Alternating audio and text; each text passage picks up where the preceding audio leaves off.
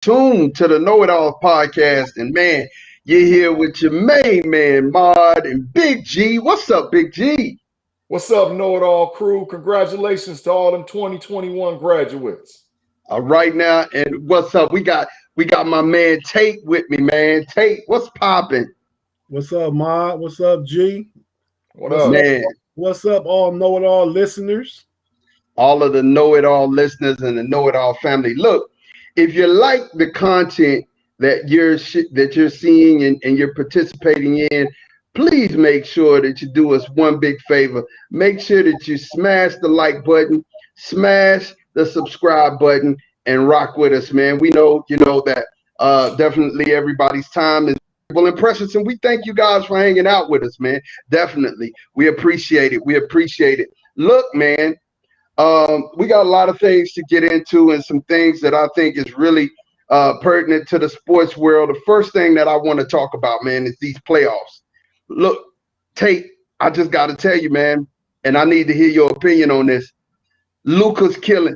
I mean, the Clippers have no answer for Luka Doncic. What you think about this, man? What you think about what's happening in that series? Man, I told y'all about Luka last week. I referenced the movie Remember the Titans. That's a bad white boy, man. I think Luka averaging 37, 8, and 8 for the series. And it's like nobody on the Clippers can stop him. And Paul George and Kawhi Leonard are supposed to be these shutdown defenders, and Luka just continuously giving these guys the business. Well, you know what's crazy about this? I've watched the series. I'm sitting down on it, and they keep switching. I don't understand how you a vet in the league and both of y'all jokers keep switching off of him. Pandemic P and Kawhi are both switching off of Luka. What is the problem? Why are you doing this? Hey, you know what it is, man? I think it's like when that pick gets set and then they can switch, it becomes relief. Like, I'm passing this joker off because I can't stop. Yeah. Hey, let me ask you this real quick while you're on the subject of Luka. Do you just this is kind of off the topic of the moment, but it's about Luka. I want to know real quick what you guys think. Do you think because Luka was drafted by Atlanta and traded for Trae Young? Do you think if Atlanta had to do over again, they'd keep Luka, or do you think they're happy with Trae Young? You keep Luka. You keep Luka. I think Luka was just unknown, man. I mean, we knew that he was a young guy, basically a baby coming into the NBA. And, because he played overseas, a lot of folks didn't see a lot of him. Where Trae was getting all that hype out of Oklahoma, man, the people was calling him the next Steph Curry. But I think if you rewind the tape and look at it, man, there's no way I get rid of Luka, man. Luka is a beast. The thing is, you can't be disappointed with Trae Young. You just saying Luka just is better, though. Luka's just as better. No disappointment in Trae Young at all. Right. I mean, literally. I mean, look at, and we're gonna talk about him later in the show. But look at all that he's doing right now. I mean, he is just annihilating the Knicks. He is cutting the Knicks apart by himself. I mean, so there's no. You didn't get the consolation prize. Congratulations, you got Trae Young. It wasn't nothing like that. It wasn't nothing like that at all. I think the Hawks did a good thing by getting Trae Young. Trae Young really helps their franchise, and he's the future to come. But Luka Doncic is the truth. I mean, I don't know anyone at this point who can handle him one-on-one. He's too much, man. He's too big. He can shoot. And every time, like I said, they're switching out. And every time they switch out and put their big man on Luka, he's shooting right over the top of him. He's shooting over the top. And I mean rainbows. God is kissing, and they're coming back down and it just splash. Yeah. It's over with. You know what I'm saying? I mean, literally, they need to leave Luka alone. I said this to G earlier. I believe in my heart of hearts, the Dallas Mavericks, 1-2 players away from winning it all, from getting another chip. 1-2 players away from getting another chip. And that is a solid basketball team all the way around. But they need a second go-to scorer. They need somebody when Luka's out on the bench who can get up and pick them up and put buckets. And I mean, they all of them get buckets around Luka, but nobody get buckets without Luka. Does that make sense? Yeah. I told Mog, I said, hey man, I mean, I don't know if it's gonna go down or not, but the perfect piece, he's a free agent, but I don't think he'd ever walk away from the Clippers. Is if Kawhi was to leave the Clippers and go to Dallas and play with Luka, man. That would be pulling KD, huh? Leave and go to the team that beat you the season before. Yeah, I mean so here's the deal. You know, here's the deal. This is why this is important, because Kawhi G is saying a mouthful. It's not that Kawhi is not used to being the man. He's used to being an option, right? Everywhere he's went, he's been an option. He has not been the man. He's just been an option. And when you think about this, San Antonio, he was an option. And, you know, I mean, Toronto, he was the option. You know, he wasn't the man. He was the option.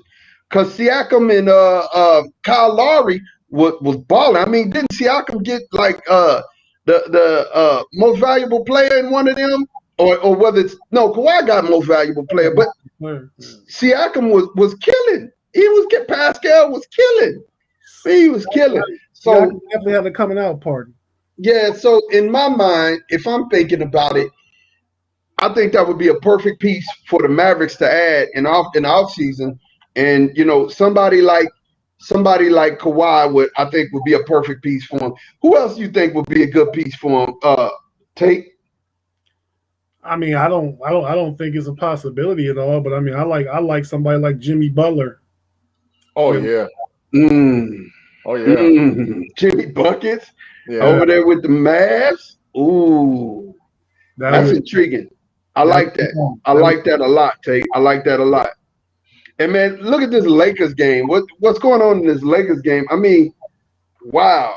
The Lakers is getting the show bum rushed on them. It's 87-72 right now.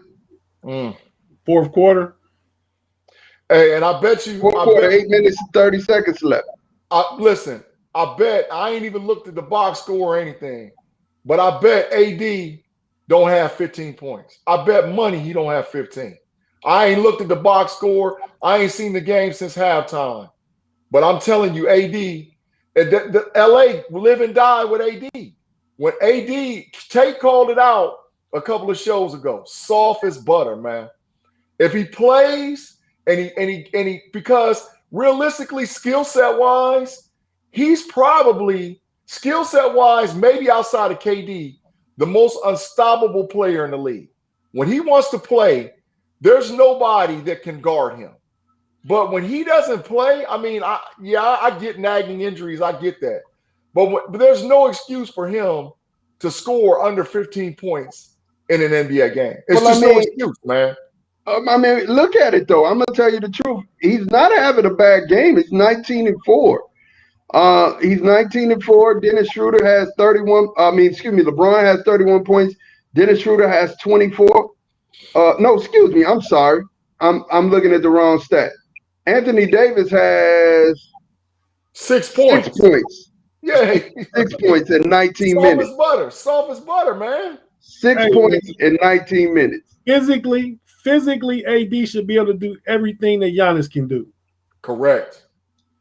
Or more, or better. Actually, more. Because he's a better skilled player. Yes. But I'm just saying from a body physique standpoint, things like that, he should be able to average 11, 12 boards a game along with his 28 points, 5 assists. He should be somewhere around there all the time, man. But you know, he just such as a passive dude. He's always in and out. Like, I mean, if they back against the wall, he's gonna come out and play. But he ain't just gonna come out and play every day just to come play, you know? Yeah. Yeah, I agree. But what kind of player are you then?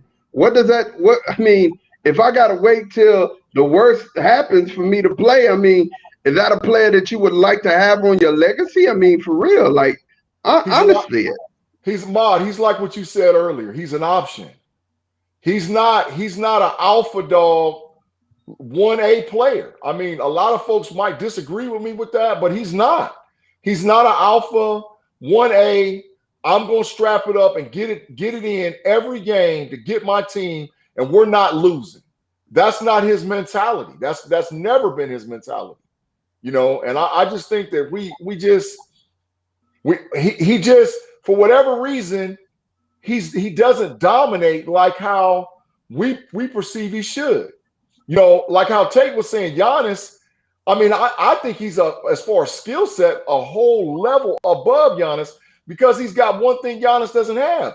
He's got a consistent jump shot. I mean, AD, you know, you pack the paint down on him. AD will step out to that three-point line and will hit, you know, to where Giannis, you know, he's like, I don't know. And dribbling, he's got a little bit better handle than Giannis. But Giannis's will to win, Giannis is like an old school NBA player. You know, that's why I love Giannis so much, man. He's got that old 80s and 90s mentality. He's like, look, man, we ain't losing.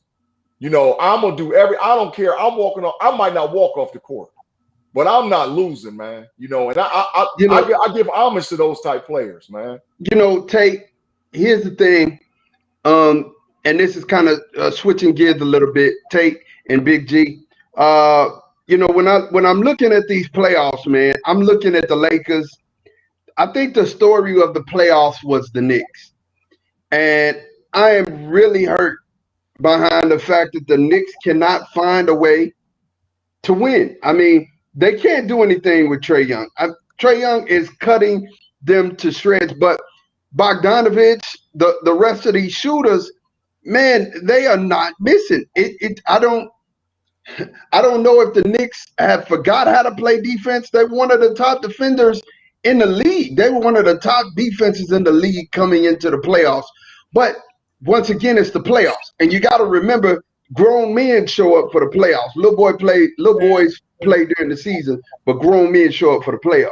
The Knicks challenges, man. I think defensively they're okay because they were a top 5 defense. But like you said, I mean, Atlanta's a very proficient offense and they hit shots. The Knicks' problem is they don't have enough people that can get buckets and hit shots.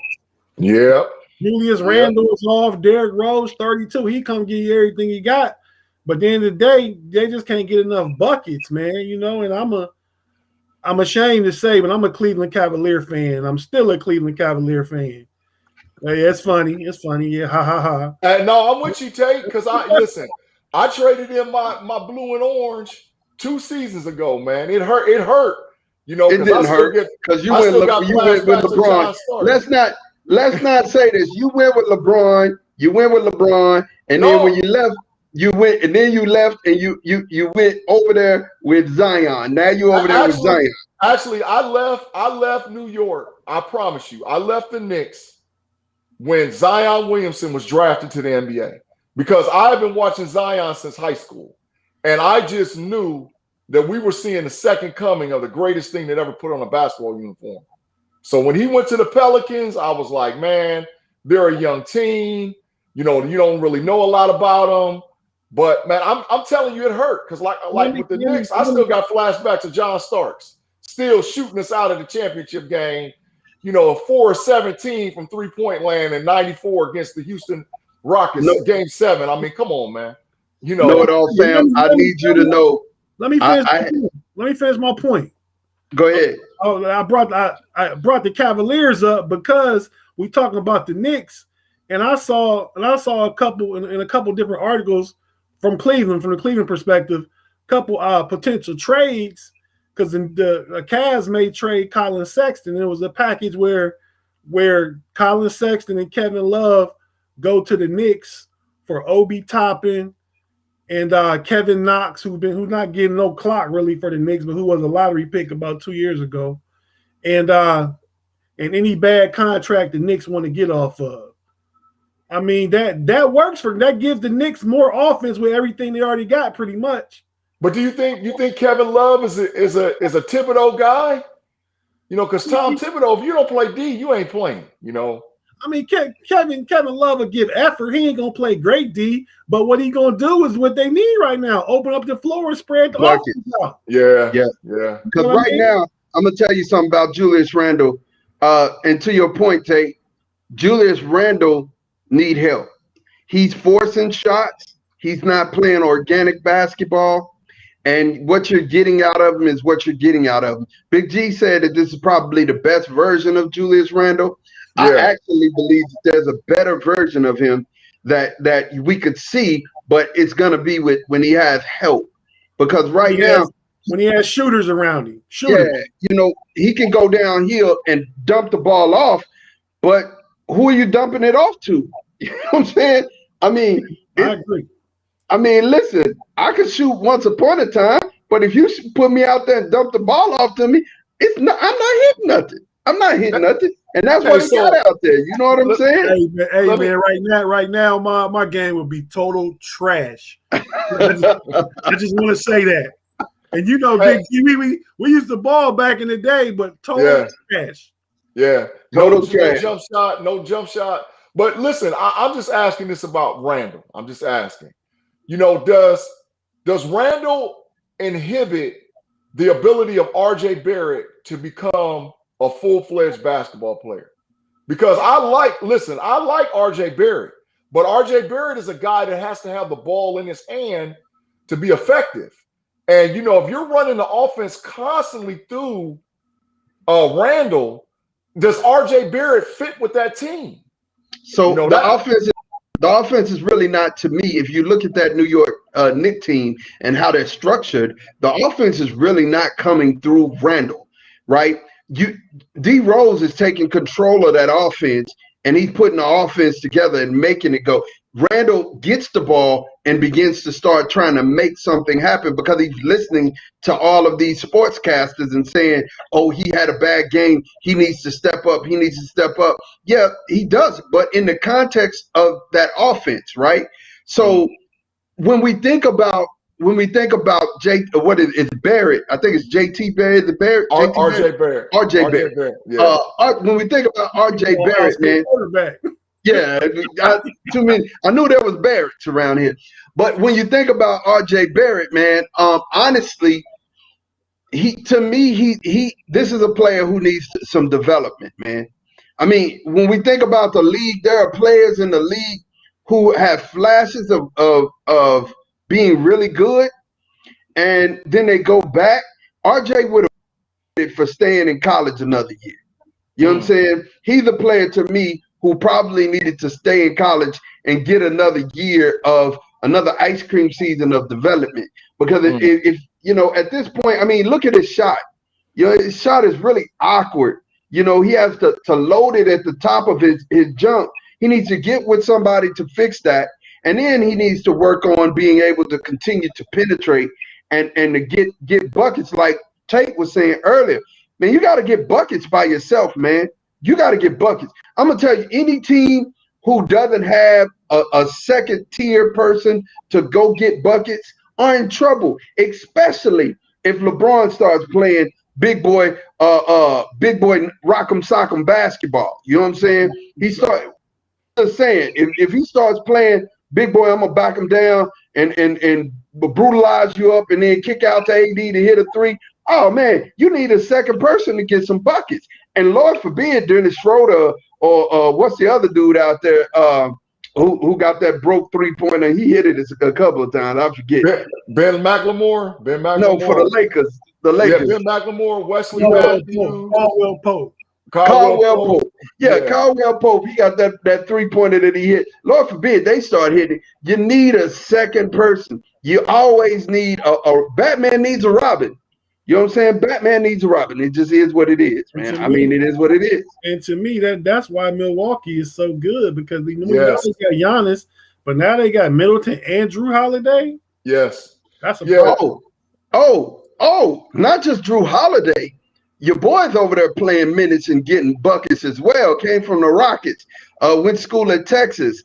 PJ Tucker.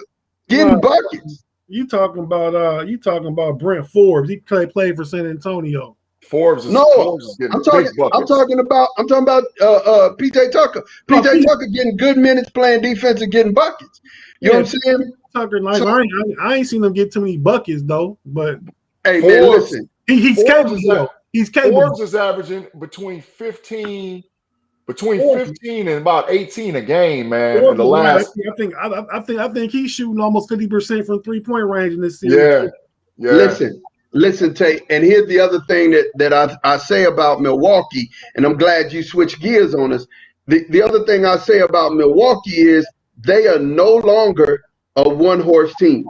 They are no longer a team that just have that one superstar and that's it. You stop Giannis and you stop them. This team is scary. I don't even know if Brooklyn can beat them convincingly in this series if they have to see each other.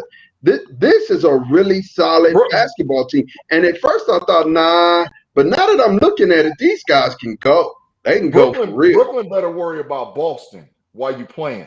Man, Brooklyn better worry about Boston. Cut it out with your hot takes, Big G. Brooklyn better worry about Boston. That thing ain't over yet, man. Even though I listen, Boston with Jaylen Brown would have definitely gave Brooklyn a problem. But I just think that they don't have enough tank in the gas. But not a problem. They would have been much better competition. Not a problem though. Yeah, Tatum. Listen, to me, Tatum is the best player under the age of 23 in the whole NBA. To me, that's my opinion. I love Luka. I think Luka is really, really, really, really good, and he's up there. But Jason Tatum, man, why you got to pick an odd number like 23? Let's stick to 25, like we said last week. And I agree that Tatum is number 2 behind Luka. Myself, I'm gonna tell you, your hot take with Jason Tatum doesn't fly. Luka Doncic is another animal. I feel you, but this is the reason why I give Tatum the nod over him, because we have not seen Luka be able to do what he does with a legit second guy running beside him.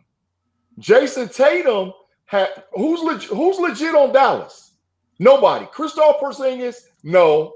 Tim Hardaway Jr.? No. Luka's never really had a second horse. Okay, but Tate, that mean he's doing more by himself then. Wait a minute. Time out. Look at Tatum. Even when Tatum and Jaylen Brown are on the floor together, man, that's something special. That is something special. Jaylen Brown. I got to blow the whistle. I got to blow the whistle, man. Foul. I'm out. So you mean to tell me Luka can go out here and get double-doubles, triple-doubles, right? When you're saying he has nobody, but he ain't never played with a legitimate, he don't know how to play with a legitimate second. He would just have more assists. That's not what I'm saying. That argument doesn't make anything. That's not what I'm saying. What I'm saying is that a lot of times players look outstanding. This is why I give Giannis a lot of credit. Because, he had Middleton, and we wasn't really sure about Middleton. But now you see another horse coming to the stable with Giannis. And Giannis's game is not dropped off at all. Matter of fact, Giannis's game is to me, has picked up. So I'm saying I've seen Jason Tatum run with Jaylen Brown, and neither one of their games drop off. And I think they're a special team. They're a young special team that needs a couple of pieces just to get up around them.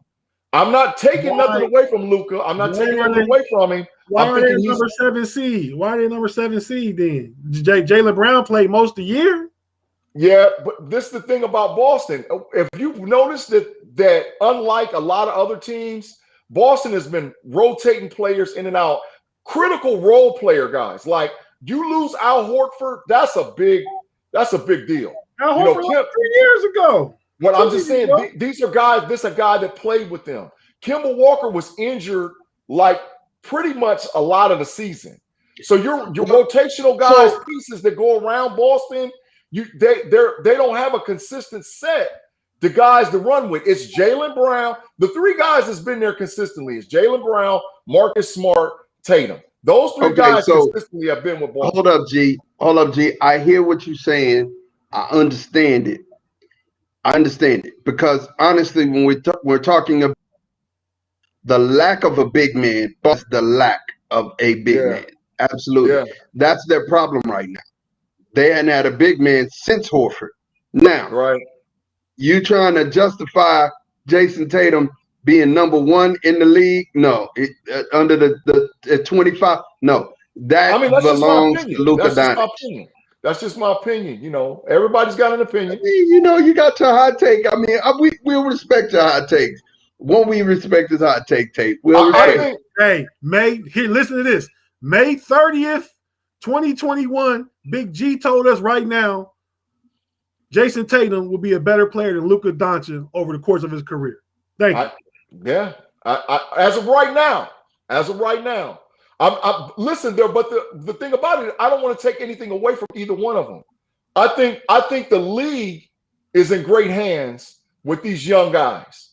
There are several young players, and I think that the NBA, when we cross over this invisible line and Chris Paul and LeBron and all them walk away, and we get this next generation of young guys, the league's in great hands. I just like Jason Tatum as a basketball player. Hey, Ma, then last week he was a Zion was a top 25 and under. He's in the top 3. Zion's in the top 3. Last week Zion was number 1. No. Zion's never. Zion. Hey, listen, we can bring the tape back, Big G. Run it back. Zion is, listen, Zion, I have a personal bias towards Zion because, like I said, I've been watching Zion since he was a young kid. Like, I'm talking about 8th and 9th grade, and I knew who Zion Williamson was, right? So, time out, G. Here's my thing. I get it. You're excited about what the 50 piece that Tatum hung on in this last game on Brooklyn. That's dope. That's dope. But you know, the moving pieces, I'm just gonna go ahead and say this is what we're gonna call it.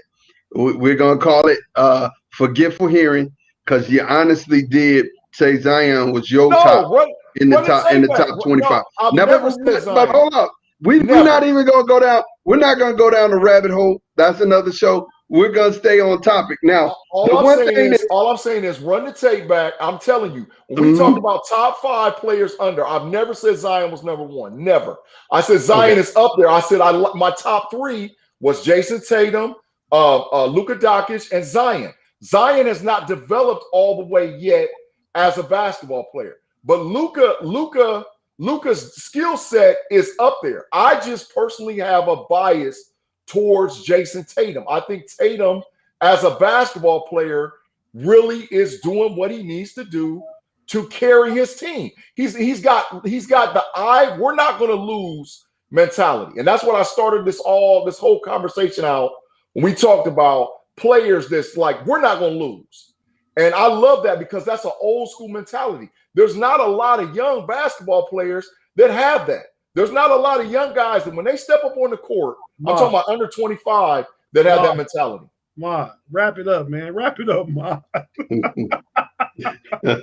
Listen. We gonna move to the next subject. The next subject, and this is where it's gonna get dicey. I mean, it's gonna get spicy, and I love spicy when we talk about spicy here on the KnoItAllZ podcast. Why? Because hey, we know it all. Man, look, Julio, JJ Jones is about to move from Atlanta. He's already said on national TV. You know, Shannon called him, which, you know, the league is kind of frowning on this, but, you know, Shannon called him on the phone and was like, hey, man, what's up? And he basically said, oh, yeah, I'm out. You know what I'm saying? So Julio Jones, we can't say he's gone right now, but we're going to say he's gone. And there's potential news saying right now, ESPN is reporting that there is a potential big thing going on between Seattle and Atlanta discussing him going over to the Seahawks. Hey, Tate, man, how you feel about that, man? How do you feel about Julio Jones being a Seattle Seahawk, bro? I'd be happy for Russ, tell you the truth. I mean, Julio Jones and DK Metcalf together? Wow. That's all I can say is wow. I mean, that's a lot, man. It's a lot of firepower. I think it brings up the question, what is Seattle going to have to get off of to get Julio? I mean, a first round pick. That's it. A first round pick. There's teams that got options trying to trade for Julio for second and third round picks, and it just depends on how desperate. But if Seattle says we'll give you a first round, Julio Jones will be in a Seahawk uniform, which is first round pick, which is okay too, because Seattle usually pick in the bottom of the draft. They usually pick 24 on down, depending on where they finish. But they're perennial playoff teams, so it's not like they trade in the top 10 or top 15 pick. They trade in the top 25 pick. Right. Yeah. So if they gave up a first round pick, I don't know. I mean, hey, if that's all they gave up, it's a great trade. And I mean, honestly, that puts them as one of the top wide receiver cores in the league. Now, here's where it gets spicy, man. I need to hear it. I need to hear it right here on the KnoItAllZ podcast. Throw down the gauntlet. Take top 10. You may even just give me your top 5 wide receiver cores in the National Football League today. Let's go. Where's Julio at? We saying Julio in Seattle? Let's put Julio in Seattle.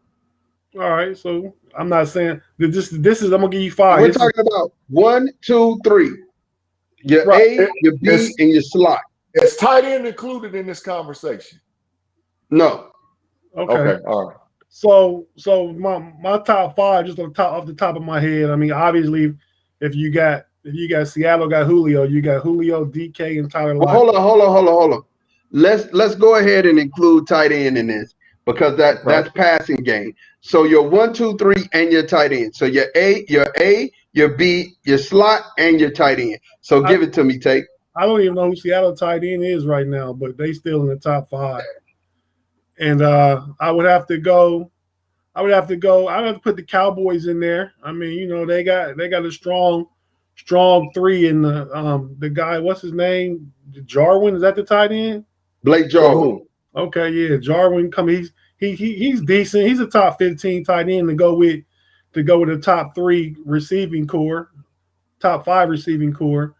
It may sound a little bit biased, but I really like what the Steelers got coming into this year too with their young receivers. Eric Ebron, they picked up Frymuth from Penn State, was the second best tight end coming out of college this year, to go with Chase Claypool, Juju, Deontay Johnson. I mean, we're gonna throw James Washington in there. Tampa Bay is in there. They got strong tight ends. Gronk, OJ Howard coming back. You got Mike Evans. You got Antonio Brown and Chris Godwin. Definitely a top 5. And then my last one would probably be, I mean, I got to go Arizona. There's a lot of good receiving corps out there, but Arizona, yeah, with New they got Hopkins, they got AJ Green, they had they still got Larry Fitz. Fitz ain't retired, has he? No, not officially, but they got the other boy that the young kid at Arizona that's been there for like a year or 2 now. Christian Kirk, Christian Kirk, yeah. So they got a nice receiving score, and they got that really fast dude. I think he went to Temple. I can see he was like a 4.340. Yeah, I know you're talking about these slot receiver. Yeah. So yeah, man, you took all my picks, and definitely I think that those were good ones. I had an argument with somebody who's gonna stay nameless, who definitely didn't want to include Arizona inside of the top receiving corps. I don't understand why they said that AJ Green was washed up. All right, but let me add mine, and then I will move out the way because I'm gonna gladly let Big G definitely add his hot takes here. When it comes down to it, the Cleveland Browns receiving core is nice. Yep. You know what I mean? Cleveland Browns are really, really nice outside of the ones that you added. The Cleveland Browns, and then I'd have to say the Kansas City Chiefs.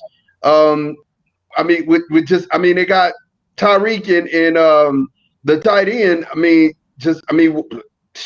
You could throw a couple of high school kids in there with them, and you still winning. Patrick Mahomes is a winner. He's gonna make everybody else around him a winner. Hardeman's not a bad a receiver, that can step in and get you some.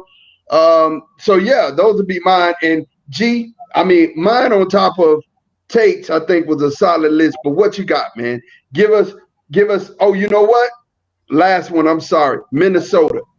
Can you imagine this though, Tate?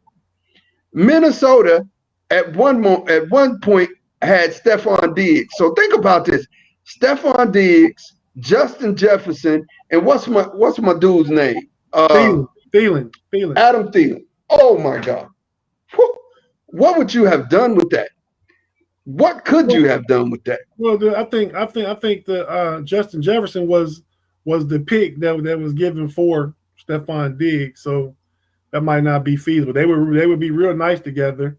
But now that you brought that up, I think we kind of sleeping on the Bengals too. Tyler Boyd, T. Higgins, and who they Jamar Chase. Jamar Chase. Yeah. All right, Big G, it's your time, and you can defend yourself for that Arizona comment because you were way off base with that. I mean, that's your opinion, but I'm saying if you look at stats, player depth, ability to score, ability to get wide open, Tampa Bay's number one. Hands down, Tampa Bay goes 5 deep and wide receiver 2 deep and tight end position. So I say Tampa Bay number one. I say Kansas City Chiefs number 2. The only reason why Kansas City is a little bit back because they lost a guy in Sammy Watkins who can't stay on the field. But I'm looking to see how Hardeman and Robertson develop as, being that other top guy. But they by argument have the best tight end in football and possibly the best wide receiver in football, right? My position is I say now if Julio goes to Seattle, the Seattle Seahawks are the number 3 wide receiver tight end core in the league because they got Gerald Everett, the tight end from the Rams. You got Julio Jones. You got DK Metcalf. You got Tyler Lockett. You got that kid Moore that was a rookie last year. So they got pieces. Now, number 4, I like the Cleveland Browns. When you start talking about Higgins, Peoples-Jones, Jarvis Landry, Odell Beckham, Njoku, and the tight end Hooper from Atlanta, they got a lot of pieces. And they just drafted that kid out of Auburn that runs that ridiculous 4.31 or 4.3 flat 40-yard dash. 4.26. Anthony. Yeah, Schwartz. It's ridiculous how fast that kid is. So I like Cleveland at number 4. My number 5 pick is the Steelers. Like I agree with everything Tate said. Top 4 receivers. Even Ray to an extent is a good player, and then they got 2 tight ends. My number 6 pick would be Dallas, right? They would be number 6. Number 7, it would be a toss-up between Arizona and the Rams. However, there's a sleeper team that I like, and I think they're just young and they're an unknown commodity, and we're going to see. And it's going to be a lot based on the development of their quarterback. The New York Football Giants got one heck of a wide receiver tight end core. Their room is unbelievable. So I'm not discrediting Arizona. What I'm saying is that they have the potential to be, right? But they haven't played together. The Giants got what? Sterling Shepard, Kenny Galladay,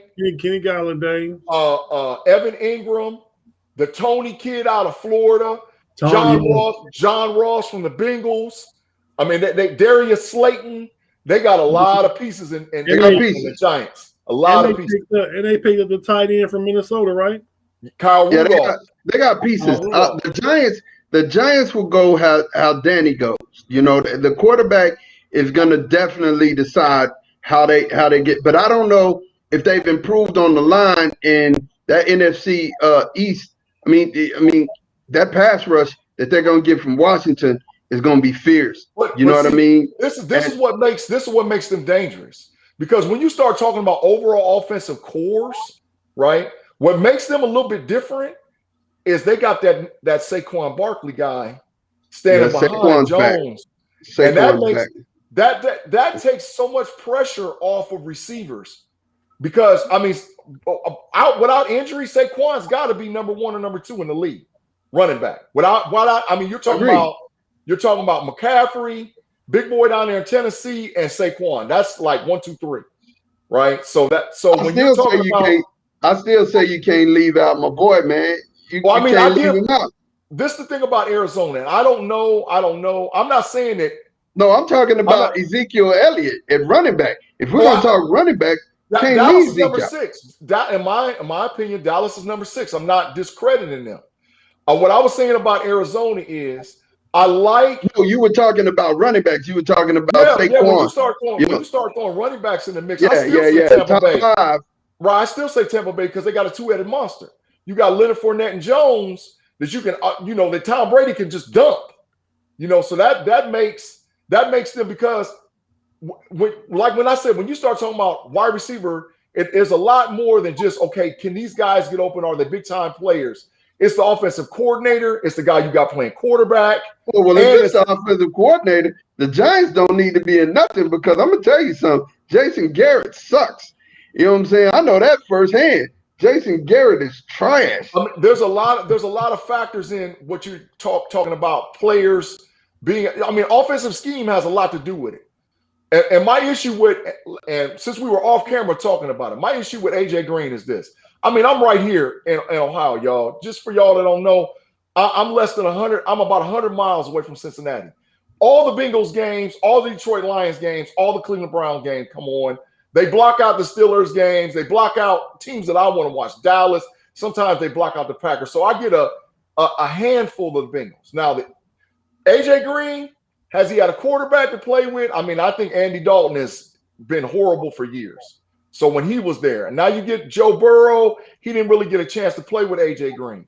But AJ Green has that Anthony Davis thing that I'm talking about. When he wants to play, skill set wise, AJ Green can show up and he can, he's dangerous, but does he want to play? So that's why I said it's to be announced. I never questioned AJ Green's desire to play. He just has been hurt for the last year and a half. Yeah, but I've seen games where he necessarily didn't want to play. I don't know, like injuries plays a lot into it, but that killer instinct, we're not going to lose. I don't care if I got to catch the ball 16 times. We're going to win. Now, there's certain teams that I've seen AJ Green get up for in the past, one of them being my beloved Steelers. It's something about when he sees that black and yellow run on the field, he's like, let's do this thing. So he loves to play.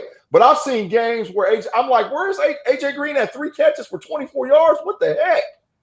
So I'm not saying he's not a good player. Andy Dalton had nothing to do with that. Oh, and I just told you, Andy Dalton sucks. Andy Dalton, if I had to hand out an award of worst quarterbacks in the league, Andy Dalton is So listen, so we got your hot takes at wide receiver, man. It got spicy for a little bit. And I'm gonna tell you, G has a opinion, and he's very opinionated. Some of your points, G, I may tend to lean and agree with. Some of them I don't know. Well, time will reveal, like to the boys. Let me ask you this. What's like to the boys say, the time will reveal, man, definitely. But let me ask you this, listen, one last thing, though, G. One last thing. We have to move on because of the sake of time. One last thing. So we've got the Lakers final scores in. Definitely the game's over, 100-92. It's tied up, deuce. What you guys seeing happen, man? You think the Lakers win this series? Yeah, the Lakers win. LeBron ain't never lost a first round series. So never. He's the anomaly. He's the anomaly because historical stats tell you teams with home court advantage in the NBA playoffs, series tied 2-2, went 62.5% of the time. But LeBron is the anomaly. He's never lost a first-round series. So can you tell me why? Can you guys tell me why? I mean, I totally agree with Anthony Davis being the link when they lose.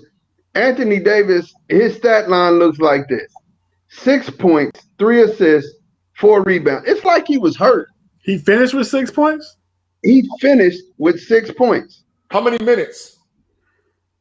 19 minutes. He's hurt. He didn't play hardly in the second half. And I'm just saying, man, 6 points, that's not good enough. Alex Caruso had 10 points. Kyle Kuzma had 11. They should have traded Kuzma a long time ago. Marc Gasol had 12, and LeBron had 25. They can't win if LeBron is the only person scoring. They might as well forget it. They might as well forget it. They might as well cash those chips in. And I don't know, if Anthony was hurt or what, but man, 6 points is unacceptable for Anthony Davis. If he played 19 minutes, I think he had close to 19 minutes at halftime. So that's telling me that he didn't hardly play in the second half. Yeah.